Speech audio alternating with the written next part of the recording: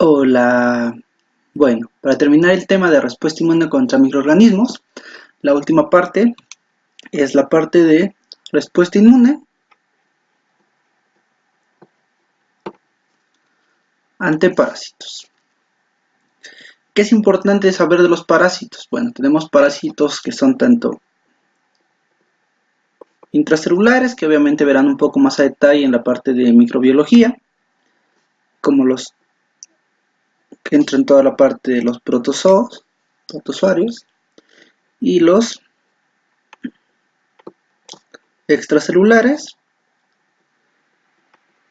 que son helmintos. Partiendo de esto, ¿qué hace diferente la respuesta inmune entre cada uno de los parásitos? Van a ser varias cuestiones que son importantes. Vamos a hablar únicamente de dos. Uno va a ser la localización. Esto es dónde van a encontrarse estos parásitos para que el sistema inmune los pueda reconocer o se pueda activar. ¿Qué opciones tienen? Pueden estar a nivel de intestino, es decir, en mucosas general. Puede estar a nivel sanguíneo. Pueden encontrarse intracelulares o pueden encontrarse en algún órgano. No sé, puede ser hígado, puede ser vaso. ¿Ok? Dependiendo del sitio donde estén, es qué tipo de respuesta vamos a montar, aunque sean del mismo estirpe. ¿Por qué? Porque es las células que pueden activarse estando en esa localización. Y bueno, tenemos que también es importante considerar que cada uno de los parásitos tiene un diferente ciclo de vida. Y esto va a permitir que migren, que entren en diferentes formas, que tengan diferentes hospederos, tanto celulares como a nivel animales en general. Y sus características morfológicas de cada una de estas etapas de su ciclo de vida van a ser diferentes. Entonces la respuesta que se monte en cada una de estas etapas también va a ser un poco diferente. ¿Qué tenemos que saber? Barreras físicas, barreras químicas, barreras biológicas, lo que ya hemos estado platicando sigue funcionando para los parásitos. Vamos a hablar de la respuesta inmune innata. ¿Ok? ¿Cómo es el reconocimiento?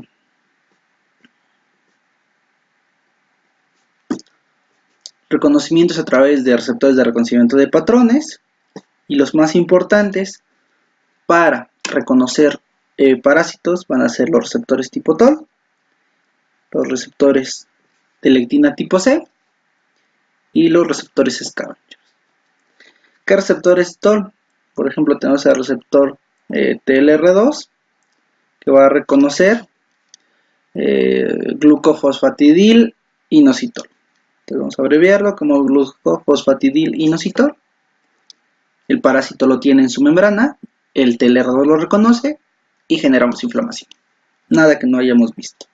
Y tenemos aquellos TLRs que son para parásitos intracelulares, 3, 7 y 9, y aquellos protozoarios que se introducen en la célula pueden ser reconocidos gracias a los diferentes tipos de reconocimiento que tienen estos membranales endosomales. Los receptores de lectina tipo C, tenemos receptores de membrana, por ejemplo el receptor de manosa, y tenemos aquellos receptores solubles que, como deben recordar, siempre van a ser utilizados como opsoninas. Esto favorece tanto la fagocitosis como el reconocimiento por cualquier otro tipo celular. ¿Vale? ¿Qué células intervienen? Recordemos, para los parásitos van a tener diferentes posibilidades. Uno, que sea un parásito de novo, es decir, que apenas estamos entrando en contacto con él, o yo un parásito previamente conocido. Y eso también va a hacer que la amplitud de la respuesta o la efectividad de ella sea más variable. Es decir, hay células de la inmunidad innata que van a funcionar hasta la segunda exposición. Pero hay células de la inmunidad innata que desde el primer contacto con un parásito van a estar funcionando. Entonces, obviamente, separarlos o mezclarlos es un poco más confuso, entonces vamos a hablar todas las células de respuesta inmune innata. Y una vez que tengamos todas las células de la respuesta inmune innata, pues ya podemos hablar de adaptativa, pero esto no implica que se activen desde el primer momento las innatas. Hay muchas innatas, que voy a mencionar puntualmente cuáles, que se activan hasta que llevan una respuesta adaptativa que permite que se potencialice su respuesta. Entonces, bueno, células que van a estar siempre y que siempre van a actuar contra cualquier microorganismo y que son importantes, pues va a ser obviamente nuestros macrófagos. ¿Qué pueden hacer nuestros macrófagos? Nuestros macrófagos tienen la capacidad de fagocitar, como ya sabemos, con mecanismos tanto dependientes de oxígeno como independientes de oxígeno, ¿no? Ya hemos hablado hasta el cansancio de eso. ¿Qué tenemos? Tenemos que pueden ayudar a la secreción de algunos citocinas que potencian una respuesta inflamatoria, que pueden generar algo que conocemos como citotoxicidad celular dependiente de anticuerpo. Y esto quiere decir que ya tuvo que ver previamente una respuesta adaptativa para que esta citotoxicidad celular se pudiera activar. Entonces, bueno, y pues pueden también dentro de sus respuestas independientes de oxígeno, pueden estar potenciados por algunas citocinas de otros linajes celulares, ¿vale? ¿Qué otra célula es importante? Vamos a hablar de las células NK. Los linfocitos NK, como les comentamos, hay protozoarios de tipo intracelular, por lo cual necesitamos una respuesta de NK contra ellas. ¿Qué van a hacer estas NK? Pues pueden obviamente hacer citotoxicidad directa, porque pues, a eso se dedican, y van a producir ciertas citocinas. Estas citocinas pues obviamente nos van a ayudar a activar linajes celulares, como son los macrófagos, es decir, el NK reconoce y potencializa el macrófago. Y bueno, vamos a tener que los neutrófilos, que también son parte de los fagocitos y que también tienen mecanismos dependientes de oxígeno e independientes de oxígeno, los independientes, recordemos que los más importantes van a ser las difensinas y las catalicidinas, pero que estos neutrófilos tienen la capacidad también de generar NETs. Entonces, bueno, es prácticamente lo que ya platicamos en bacterias, entonces no hay mucho que agregar. Ahora, ¿cuáles son estas células que son parte de la inmunidad innata, pero que dependen de una activación previa por la respuesta inmune adaptativa? Pues bueno, van a ser eosinófilos, basófilos y mastocitos.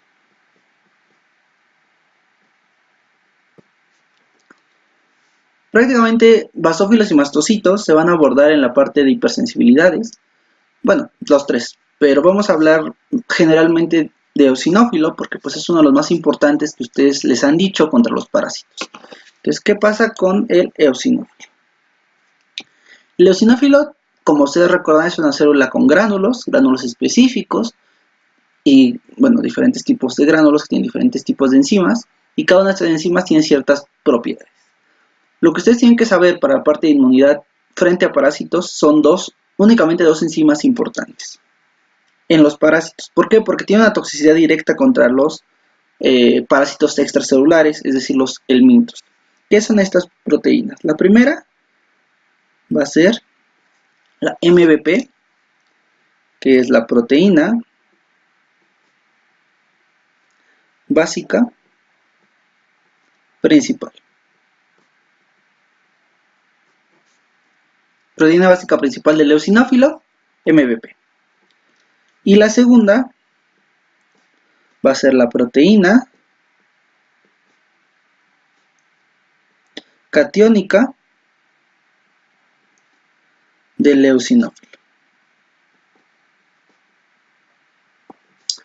Estas dos enzimas, como les comenté, su importancia radica en que son tóxicas para los helmintos.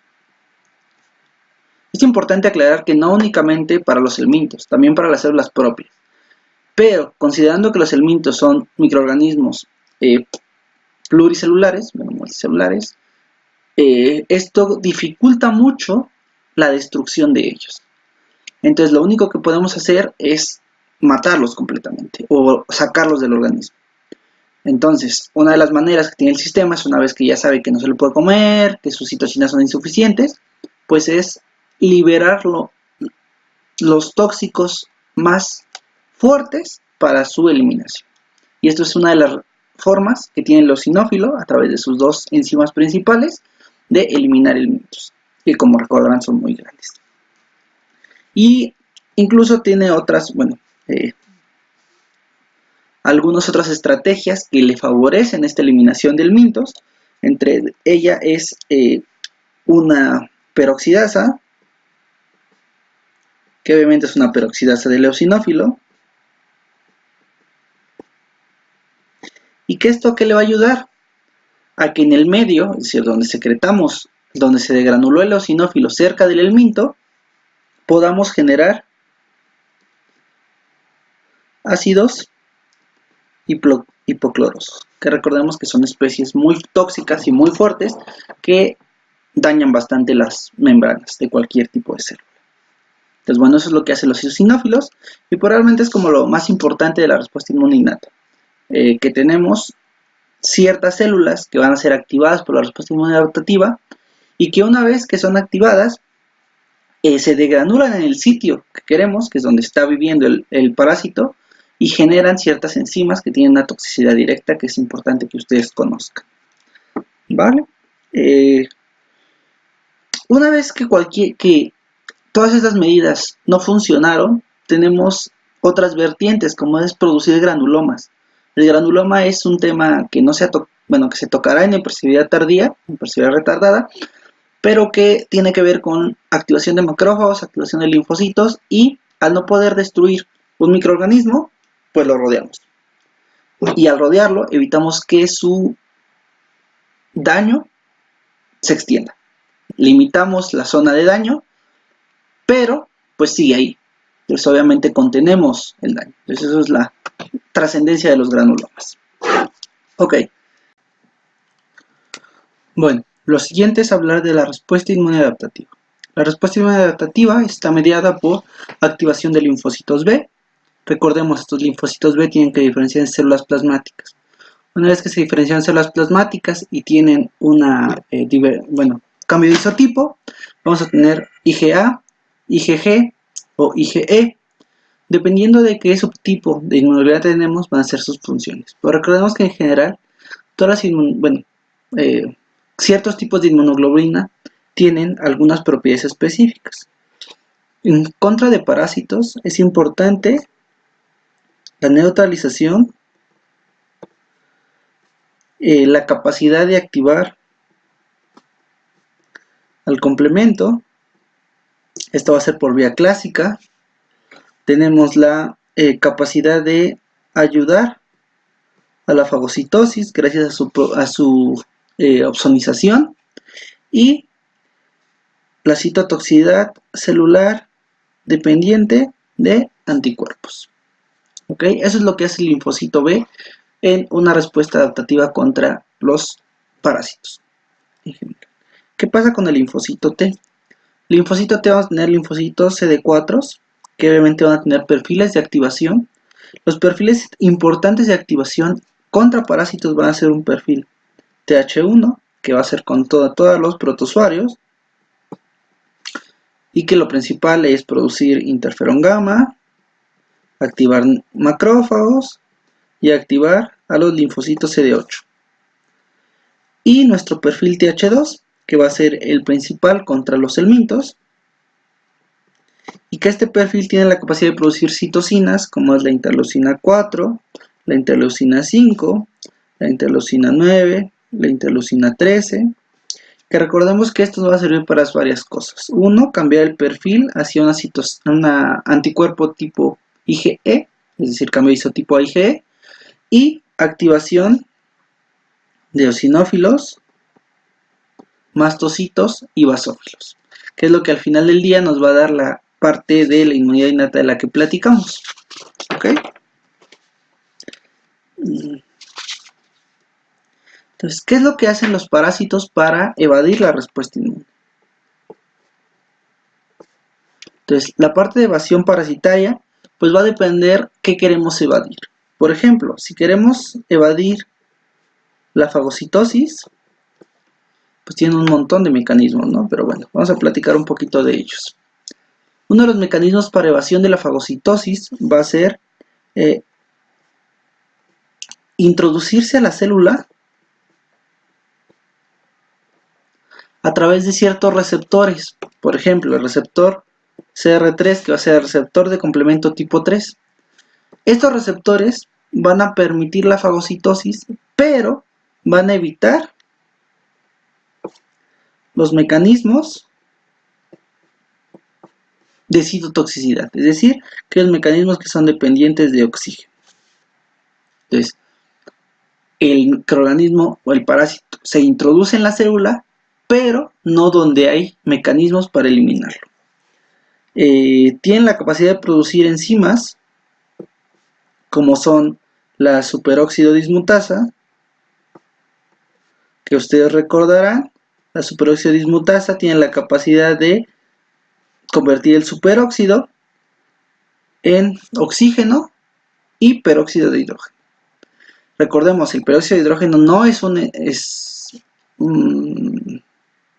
radical de oxígeno, si es previo a, pero si eliminan todas las especies reactivas de oxígeno antes de volverse tóxicas, pues no va a servir de nada que tengamos especies reactivas de oxígeno, y el peróxido no es una especie reactiva de oxígeno como tal. ¿Qué más pueden hacer? Bueno, también pueden, como tal, escapar al citoplasma, como lo hacen algunas bacterias. Podemos tener vías de evasión del complemento.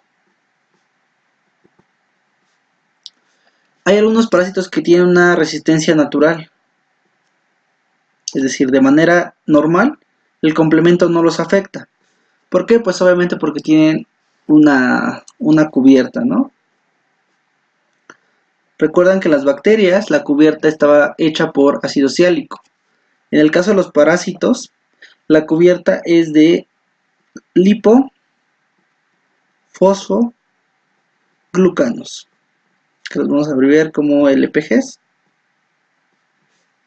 lipofosfoglucanos, y estos lipofosfoglucanos evitan que el complemento se una a la membrana del parásito. Igualmente tenemos análogos de la regulación. Por ejemplo, tenemos análogos de DAF, factor acelerador de la degradación. Entonces, si recordemos que bloquea tanto la C3 convertasa como la C5 convertasa, y pues si no hay nada de esto, pues no puede haber las vías del complemento de ninguna de las tres vías. Inhiben la presentación de antígenos, disminuyendo la expresión de MHC de clase 2, evitan ser reconocidos.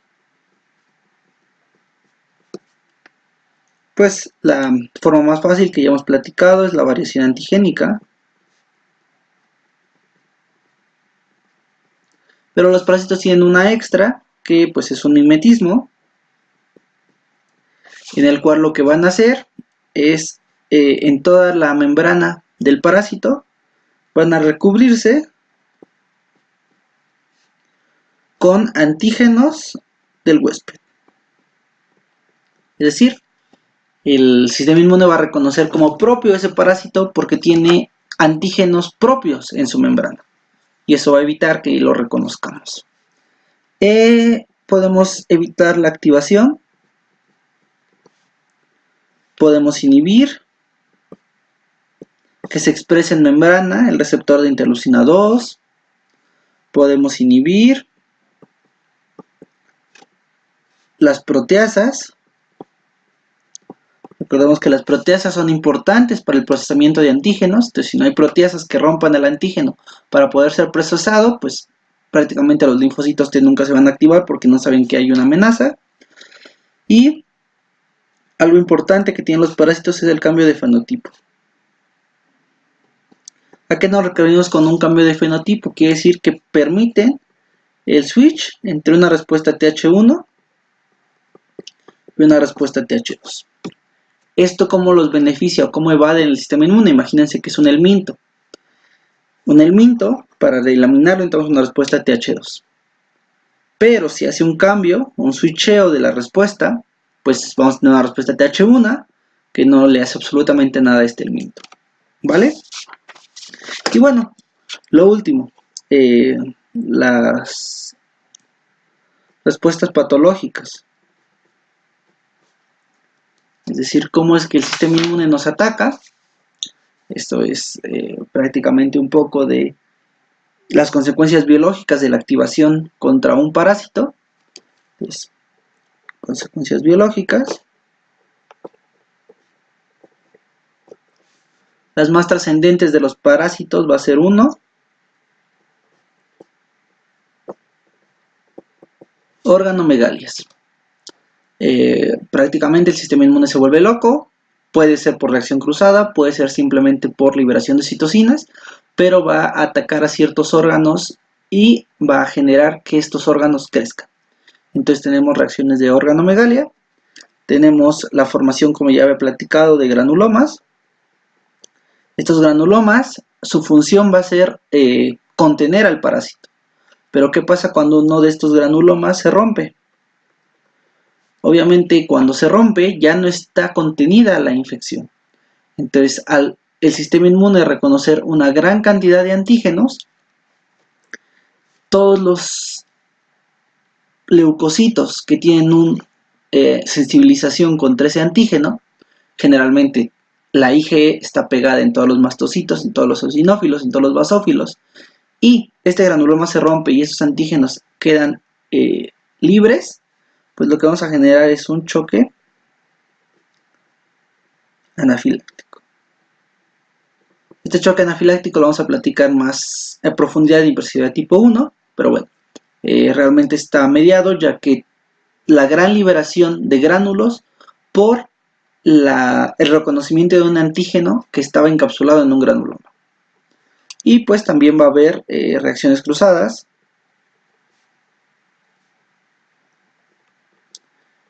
en las cuales moléculas del parásito se parecen a las propias y atacamos a las propias. Entonces son las únicas 3 consecuencias biológicas de las que vamos a platicar.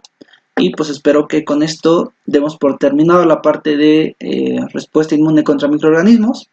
Ya saben que cualquier duda pues lo pueden dejar en los comentarios. Y pues espero que esto les haya servido. Si es así, pues les pediría que lo compartan en sus redes sociales, lo compartan en grupos y pues suscríbanse para poder llegar a más gente.